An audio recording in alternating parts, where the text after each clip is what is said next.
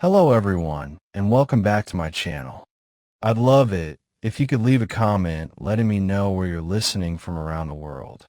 Also, don't forget to like and subscribe if you're enjoying this video. Story 1. I grew up in a town where the wind never really stopped howling. Northern Minnesota, the kind of place where kids learned to shoot before they learned to drive, and where hunters were treated like local legends. My Uncle Dave was one of them. Tall, broad-shouldered, face like cracked leather, and always with a quiet calm, like nothing could ever rattle him. People used to say he once tracked a cougar through 2 feet of snow with a busted compass and brought it down with a single shot. I believed it. Uncle Dave didn't tell stories. He carried them in his silence. That winter, the cold came early. You know the type of cold that gets in your bones, makes your teeth ache when you breathe. Uncle Dave asked me if I wanted to go with him on what he called a serious hunt. I was 22, fresh out of college, and stupid enough to say yes without asking questions. We packed light and drove north, past the last gas station, past the logging roads, deep into forest country. There were no signs, no trail markers, just snow, pine, and that gnawing silence you only hear when you're too far from civilization. The truck couldn't go any farther after a point. We hiked the rest of the way. Snow came up to my knees. The trees stood like giants around us, branches heavy with ice.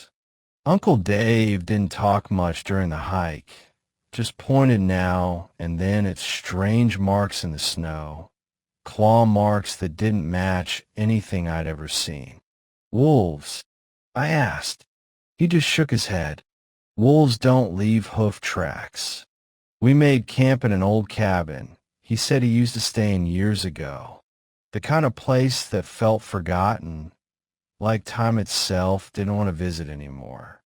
With stove in the corner, one cot, and a broken-down rocking chair that creaked with every gust of wind. I asked him once what we were hunting. He just stared at the fireplace and said, "You'll know when you see it." That night, the wind turned. It didn't whistle, it groaned. It sounded like someone was out there, crying low and broken, like a man sobbing into the snow.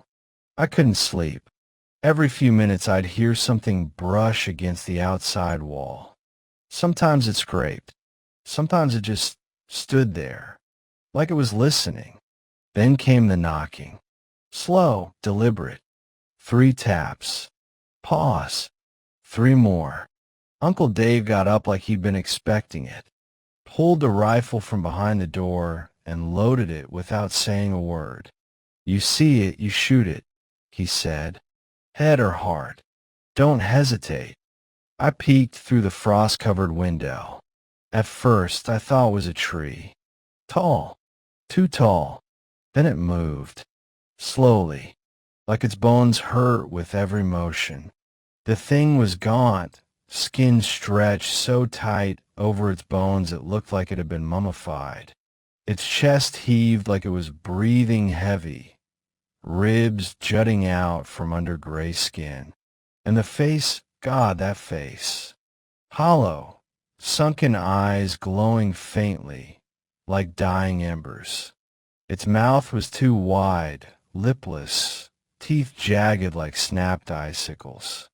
And rising from its skull were twisted antlers, like blackened branches, reaching out like claws. It saw me. I swear to God, it saw me looking, and it smiled. I backed away from the window. "It's out there," I whispered. Uncle Dave didn't flinch.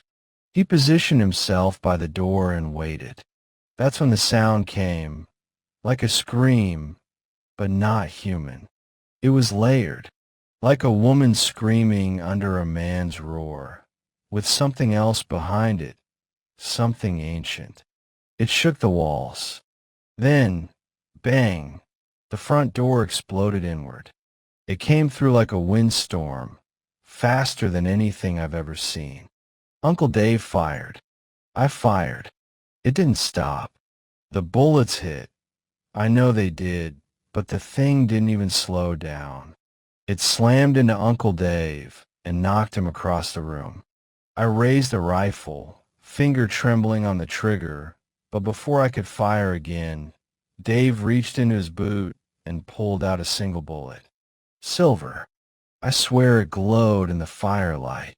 I hoped I'd never need this, he muttered. He aimed and fired. The bullet struck the creature dead in the chest. For a second, everything went still. Then it screamed. Its body convulsed, limbs cracking and folding in on themselves. Smoke rose from its chest like steam. It turned and fled, crashing through the wall and vanishing into the dark like it was never there. The silence afterward felt wrong, too deep. The only sound was the fire crackling and Uncle Dave gasping for breath. He was bleeding, but not from a wound I could see. It was like something had been taken from him. His skin had gone pale, and he couldn't stop shivering. "We have to go," I said, helping him up. "No," he whispered. "It knows us now. It won't be done." We left at dawn, hiking back through a trail that felt unfamiliar, like the forest had changed overnight.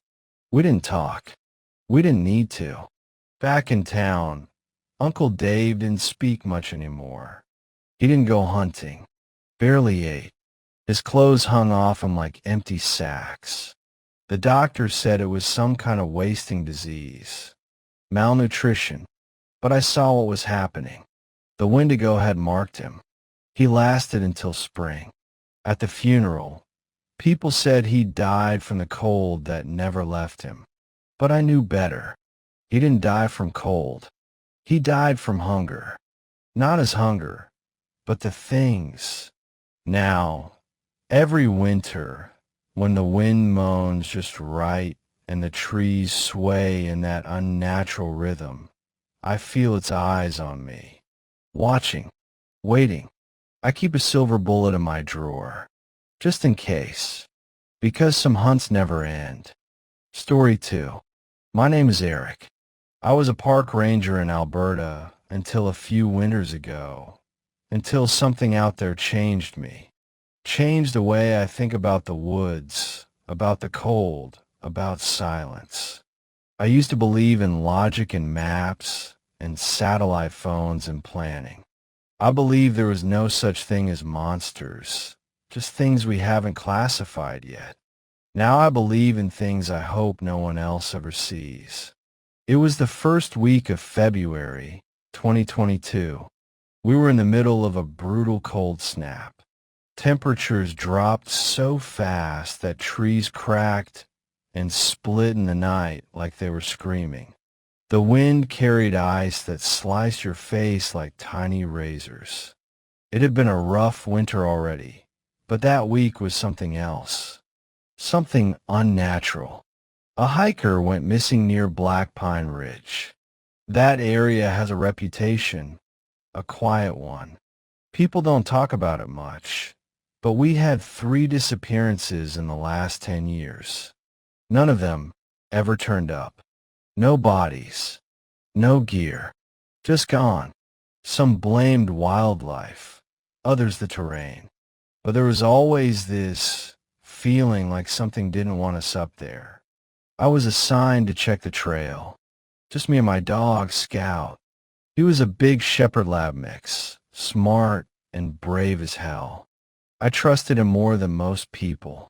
We packed light, thermal gear, flares, a backup radio, emergency food, the usual. The first half of the hike was quiet, windy, but manageable. Snow drifts reached up to our knees, but Scout kept ahead, nose to the ground, tail wagging like this was just another walk in the park. By late afternoon, the snow got heavier. Visibility dropped fast. Everything turned white, sky, ground, air. It was like being inside a ping pong ball. I radioed in. Static. Tried the emergency channel. More static. I told myself it was the weather, the elevation, the storm. I didn't want to admit it felt like something was closing in. Scout stopped dead in his tracks around dusk. His ears pricked up. His fur stood on end. "Easy, boy," I said. He growled. A low, deep rumble I'd only heard once before when we got too close to a cougar den. Then he bolted. I yelled his name and ran after him, stumbling through waist-deep snow, heart pounding like a jackhammer. The wind howled, and somewhere in that wind, I thought I heard something else. Words, just barely, like someone whispering through gritted teeth. I found Scout near a small clearing. He was standing rigid, tail between his legs, teeth bared. He was staring at something. There, maybe 20 feet ahead, was a man. He was shirtless, barefoot, wearing nothing but what looked like shredded jeans. His skin was pale, almost blue, and frosted over like an old freezer.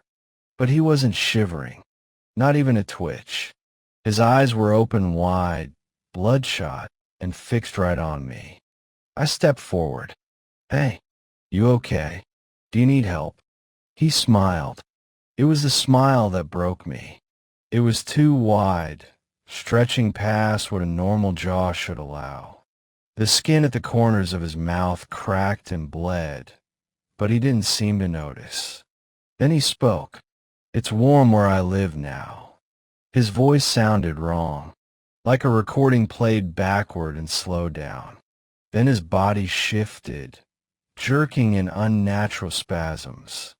His spine arched, bones cracking loud enough for me to hear over the wind. He grew taller, leaner. His limbs stretched like pulled taffy. His eyes sunk deeper into his skull. His skin cracked open and long, dry veins like bark peeling from a dead tree. Scout barked wildly, lunging toward the thing. That's when it screamed. It wasn't a man scream. It was something else entirely. Part human, part animal, part static. Like a broken radio tuned to a frequency no one should ever hear. I felt it in my teeth, my spine. I fumbled with my flare gun, loaded it, and fired. The flare cut through the snow with a bright red hiss. The creature recoiled like it was burning. It let out another scream, then vanished, just melted into the fog like it had never been there. I grabbed Scout, who was whimpering and shivering like he'd just seen the devil. We didn't go back the way we came. We stumbled downhill, half blind, for hours, until we reached the ranger station. No one believed me, of course. They said the cold can mess with your head. Hypothermia. Delirium. I didn't argue. I just nodded and kept quiet. But that night, after they sent me home to rest, I turned on my radio out of habit. I kept it by my bed, a lifeline to the outside world in the dead of winter. At 2:17 a.m., it crackled to life. "Come back. It's warm now." It was my voice, not someone who sounded like me. Me. Same tone, same breath, same pauses. A perfect recording of something I had never said. Scout lifted his head from the floor and growled at the window. I turned the radio off and unplugged it. Didn't sleep at all. I quit the service a month later. They said I was just burnt out. Told me to take a vacation. But it wasn't stress. It wasn't burnout. Something up there mimics people, copies them, lures them in. It waits in the cold and uses your own voice to pull you deeper. And if it gets you, you don't die. Not exactly. You become part of it. Sometimes When the wind picks up and the snow start falling thick, I swear I hear it again. Not on the radio, on the wind. My own voice, whispering through the trees. Come back, Eric, it's warm now. Story 3. We weren't supposed to be that deep into the woods. But you know how it goes when you're in your 20s, when you think you've got forever, and you think a compass and a half-charged phone are enough to keep you safe. My name's Tyler. The two guys with me were Josh and Mike. We were on a backpacking trip through the Upper Peninsula of Michigan, pure wilderness. No cell signal, no towns for miles. That was the appeal. Disconnect from the world. Reconnect with something real. We'd been out for 4 days when the storm hit. It rolled in like a dark wave, fast and mean. Winds howled. Snow came sideways. We weren't expecting it. It was early October. The forecast said cold, but not this. Not deadly. The sky turned gray, then white, then nearly black. That's when we saw it. A cabin. Just there. Old and squat. Logs the color of dry blood. Windows that looked fog from the inside. A crooked little chimney coughing out a thin trail of smoke. No markings. No signs. And definitely not on our map. Mike joked, "Well, looks like we found the Blair Witch's Airbnb." But we were freezing. Our gear was soaked. We'd already taken a wrong turn earlier that day, and our trail had vanished beneath the snow. Shelter wasn't just welcome. It was necessary. We knocked. Once. Twice. No answer. The door creaked, opened by itself. Now, I know what you're thinking. That's the part in the movie where the dumb kids walk right in. And we did. Of course we did. Inside, it was warm. Like, unnaturally warm. No draft. No chill. A roaring fire crackled in a stone fireplace. A pot of stew simmered on the stove. Beef, carrots, onions. It smelled homemade. Fresh. Like it had just been prepared. No dust. No cobwebs. Everything looked lived in. Maintained. Like someone had just stepped out. Someone's got to be coming back, I said. Josh checked the cabinet. They left in a hurry if they are. I should have noticed it then. How nothing in the cabin matched. The furniture looked like it had come from different decades. A radio from the 40s. A chair that could have been antique Victorian. A modern-looking thermos on the shelf. Like time didn't quite work the same in that place. We told ourselves someone must live here seasonally. A hunter maybe. A park ranger. We left a note, just in case. Scribbled it on a napkin and placed it on the table. Storm hit. Took shelter. Hope it's okay. We didn't touch much. Thank you. That night, we ate the stew. It tasted strange. Too rich. But we were starving. We dried our clothes, warmed our hands, and decided to sleep on the floor in our sleeping bags. We locked the door. We even bolted the windows. I still don't know why. Instinct, maybe. At midnight, I woke up. The fire had gone out. The cabin was dark, save for moonlight pouring through the slats of the boarded windows. Mike and Josh were asleep. That's when I heard it. Whispers, coming from outside. Soft at first, then clearer. Meet and eat. My blood turned cold. I sat up, holding my breath. The voice was raspy, wet, like someone gargling broken glass. Another voice joined it, then a third, all saying the same thing, over and over. Meet, meet. Knock. A single knock at the door. Slow. Deliberate. Knock. Knock. I crawled to the window and peeked through a crack in the wood. What I saw is burned into my memory. A thing. No other word for it. It stood about 9 feet tall, hunched over, its spine poking through gray, leathery skin. Its arms were too long, ending in claws that scraped the porch. It had no lips, just blackened gums and jagged, rotting teeth. And its eyes, they were hollow, glowing, but not with light, with hunger. Another one stood behind it, smaller, almost childlike. It turned its head, and I swear I saw patches of fur clinging to its body, like wet animal hides stapled to rotting flesh. They whispered in unison, "Let us in. We're freezing out here." Then came the worst part. One of them leaned close to the door and said, "Tyler, come on, man. It's cold." It was Josh's voice, but Josh was still asleep behind me. Another whispered, "Mike, open up, bro. It's me." They were mimicking us. My stomach turned. I backed away slowly, shaking Mike and Josh awake. "Don't talk," I whispered. "Don't make a sound." I pointed to the door. Their eyes widened. We sat there in silence, barely breathing. The thing scratched, knocked, whimpered like children. Then silence. We didn't sleep. At dawn, the light filtered through the cracks in the walls. I opened the door slowly, gripping the hunting knife from my pack.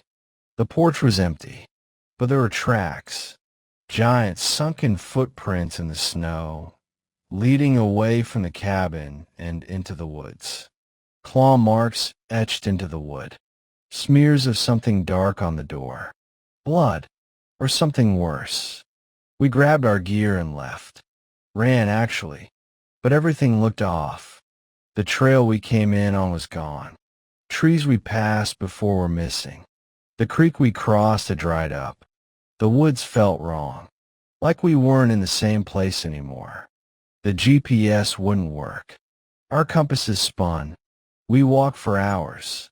No signs of life. When we finally saw a rescue team, bright orange jackets, radios, the whole 9 yards, we collapsed with relief. They looked at us like they were seeing ghosts. "You guys, you've been gone for 7 days," one of them said. "We've been searching the whole area." We tried to explain. The storm, the cabin. They exchanged glances. "There's no cabin in that area," one of them said. "Not for miles. Not since the old hunting lodge burned down in the 60s. 3 men went missing. Never found the bodies." We didn't say anything after that. Back home, we checked every map. Nothing. No records of a cabin. Nothing about a stew. Or voices in the night. But I still dream about it. Sometimes I hear scratching on my apartment door. Sometimes, when it snows heavy, I hear my voice whisper back at me from the hallway. And I wonder if we ever really left that cabin, or if part of us stayed behind, waiting, whispering, watching, hungry.